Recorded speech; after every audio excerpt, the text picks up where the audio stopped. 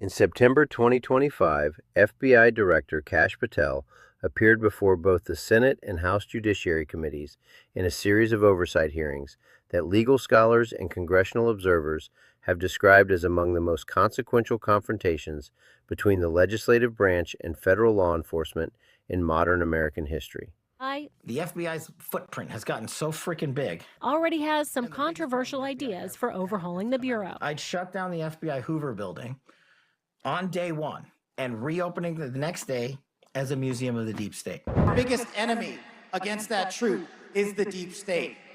And we are on a mission to annihilate the deep state. He's also shown a taste for retribution, including over false claims of 2020 election fraud. We will go out and find the conspirators, not just in government. The hearings centered on the FBI's management and release of documents related to the Jeffrey Epstein investigation, with particular focus on materials containing references to President Donald Trump. The oversight proceedings were marked by unusually direct exchanges between members of Congress and Patel, who had assumed leadership of the Bureau following a controversial appointment process. The hearings took place against a backdrop of heightened scrutiny regarding the independence of federal law enforcement institutions and the extent to which political considerations may influence the disclosure of sensitive investigative materials. Representatives from both committees entered the hearings having conducted extensive reviews of previously released Epstein documents. Who's coming with me? Now, Kash Patel is a controversial pick for this job for a lot of reasons. One, I mean, we already have an FBI director, Christopher Wray, who serves a 10-year term that's designed to take politics out of the equation. So Trump is either going to have to fire Wray or Wray is going to have to quit. That began within Trump's orbit. That is a major question. And then second, it comes down to independence. You know, historically, there has been this at distance that a White House would keep the FBI because this is a powerful law enforcement agency. People may not realize that the Democratic members in particular had identified what they characterize as a discernible pattern regarding the frequency and context of Trump's name appearing in the materials. This preparatory work formed the basis for pointed questioning about whether the FBI had exercised appropriate transparency in its public disclosures. Representative Jamie Raskin of Maryland delivered what observers described as the most direct accusation of the proceedings, charging Patel with participating in what he termed a mass cover-up of documents relevant to the Epstein investigation. Raskin's accusation, delivered during a public committee session, was not framed as speculative, but as a conclusion drawn from documented examination of the released materials. The allegation immediately entered the formal congressional record, creating a permanent accountability document regardless of subsequent denials. Representative Pramila Jayapal of Washington pressed Patel specifically on the implications of Trump's documented presence in the Epstein files and questioned whether the Bureau's disclosure practices were designed to shield powerful individuals from public scrutiny rather than serve legitimate law enforcement interests. Her questioning reflected a broader concern among oversight members that the selective nature of disclosures might serve political protection rather than institutional transparency. Patel's defense rested on several pillars. He maintained that the FBI had released all materials legally permissible for public disclosure. He attributed historical secrecy surrounding the Epstein case to prosecutorial decisions made during previous administrations, specifically referencing the non-prosecution agreement negotiated by former U.S. Attorney Alexander Acosta. He denied that any deliberate concealment was occurring and insisted that legal constraints, rather than political considerations, governed the scope of public releases. The gap between the breadth of congressional questioning and the specificity of Patel's responses emerged as a central dynamic of the hearings. Members sought comprehensive answers about what the Epstein files contained regarding Trump and why certain materials remained undisclosed. Patel, in turn, provided carefully circumscribed responses that addressed narrow legal categories while declining to engage with broader questions about institutional transparency and political influence. A particularly notable exchange concerned what committee members referred to as a birthday book letter allegedly bearing Trump's signature. The document, described in committee testimony as containing sexually suggestive content, had been identified within the Epstein materials.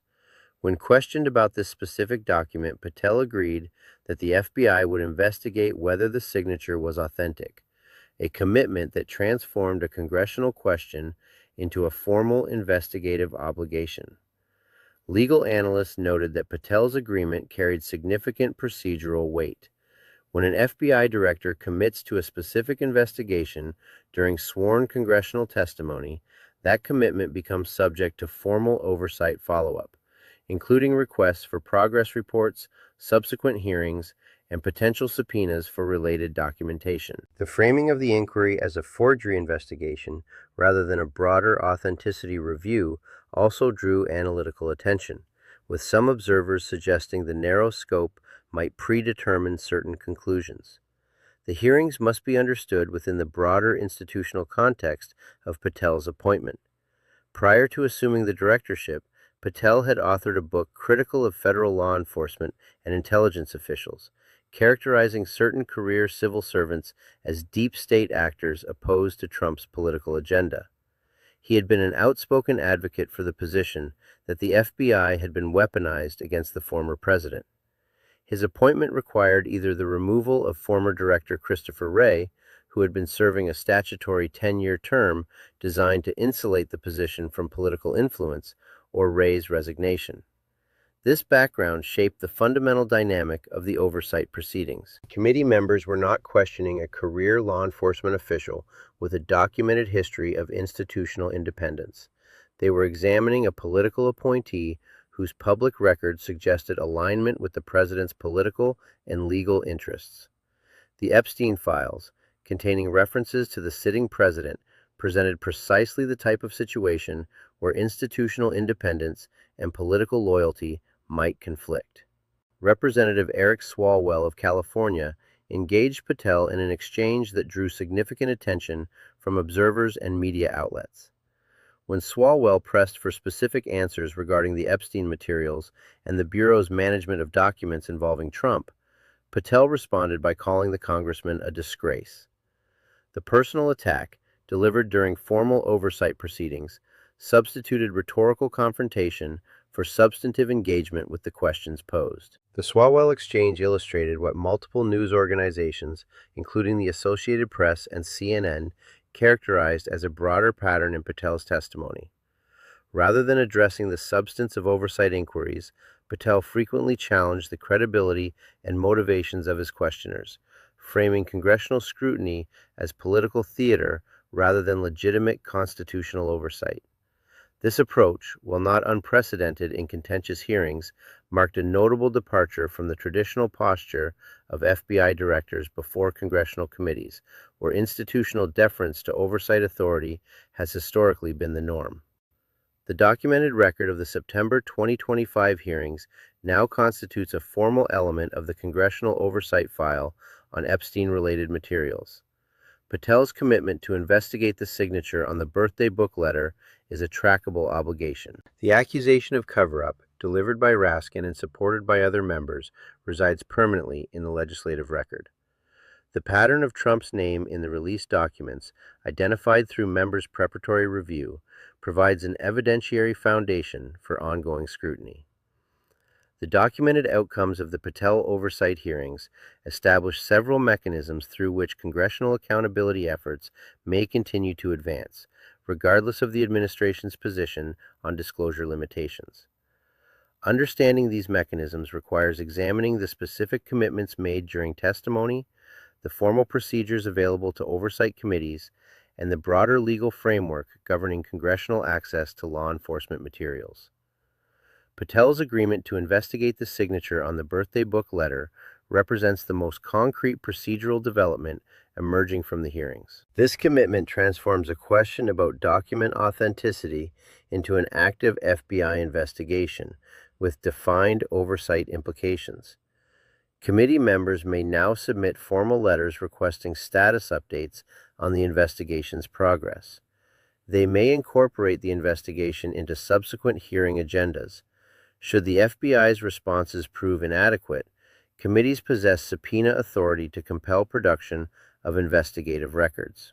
The potential findings of this investigation carry significant documentary weight. If the FBI determines that the signature is authentic, the document becomes part of the verified record of materials connecting Trump to Epstein's circle. If the investigation concludes the signature is forged, that determination similarly enters the formal record, potentially redirecting accountability questions toward whoever may have fabricated the document. Either outcome adds substantive information to the public understanding of the Epstein materials, moving beyond current uncertainty toward documented findings. The cover-up accusation delivered by Representative Raskin, though denied by Patel, retains independent institutional significance. Congressional accusations made during formal oversight proceedings, particularly when based on documented evidence review, create accountability records that persist regardless of subsequent denials. The evidentiary basis Raskin cited, the pattern of powerful names in disclosed materials, identified gaps in releases, and specific documents members found inadequately addressed, remains available for continued examination and potential corroboration. Oversight committees have already begun leveraging the hearing record for subsequent actions. Formal letters requesting additional information have been transmitted to the FBI. Future hearing schedules include follow-up sessions on Epstein file management. The possibility of subpoenas for undisclosed materials remains available should voluntary cooperation prove insufficient. These procedural steps represent the standard mechanics of congressional oversight, now applied with specific focus on the commitments and disputes documented during the September hearings. The administration's defense against oversight pressure rests on three primary arguments. First, officials maintain that legal constraints genuinely limit the scope of permissible disclosure, and that gaps in public releases reflect these constraints rather than deliberate concealment. Second, defenders characterize accusations of cover-up as politically motivated attacks leveraging the Epstein oversight context to damage the Trump administration. Third, they argue that specific documents raising concerns, including the birthday book letter, are subject to the same legal and investigative processes as any other materials in the files. Each of these defenses faces specific challenges in light of the documented hearing record. The legal constraint argument, while valid as a general proposition regarding law enforcement disclosure limitations, does not automatically explain the specific pattern members identified in which disclosures appear to systematically protect certain powerful individuals while permitting other information to become public. The political motivation accusation, even if partially accurate regarding some members' intentions, does not substantively address the documented evidence on which specific concerns are based. The procedural equivalence argument fails to account for the unique political sensitivity of materials involving the sitting president and the corresponding need for heightened transparency safeguards. The broader context of Patel's leadership further complicates these defenses.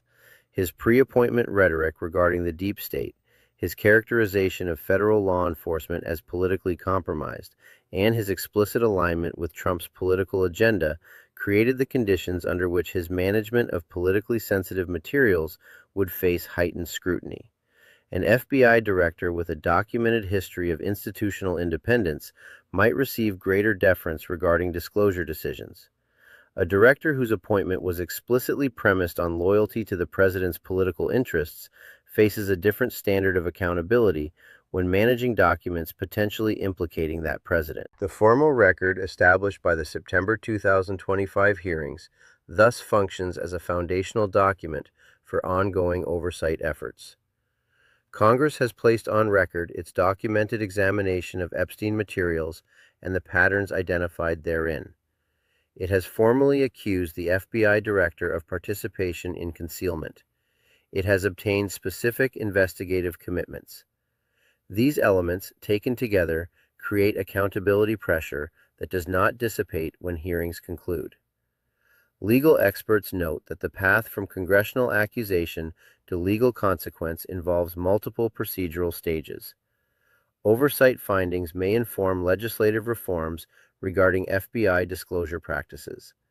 They may support judicial proceedings if evidence of legal violations emerges.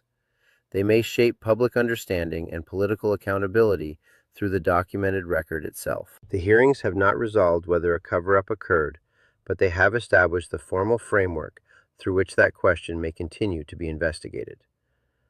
The significance of these proceedings extends beyond the specific context of the Epstein files. They illustrate the ongoing tension between congressional oversight authority and executive branch claims of legal constraint. They demonstrate how politically appointed law enforcement leaders navigate accountability pressures that implicate the presidents who appointed them. They establish precedents for how future oversight confrontations may unfold when sensitive investigative materials involve sitting administrations. For observers of institutional accountability, the Patel hearings represent a case study in the mechanics of constitutional checks and balances under conditions of intense political polarization. The documented record, the questions asked, the answers given, the accusations made, the commitments offered, provides the raw material from which subsequent accountability determinations will be constructed. Whether that record ultimately supports conclusions of deliberate concealment, legitimate legal constraint, or some combination thereof remains subject to ongoing investigation and debate. What the record establishes definitively is that Congress has exercised its oversight authority with unusual directness, that the FBI director has made specific commitments under oath, and that the institutional mechanisms for follow-up scrutiny are now engaged. The next phase of this accountability story will be shaped by how faithfully those commitments are honored and how vigorously oversight committees pursue the questions the September 2025 hearings left unresolved.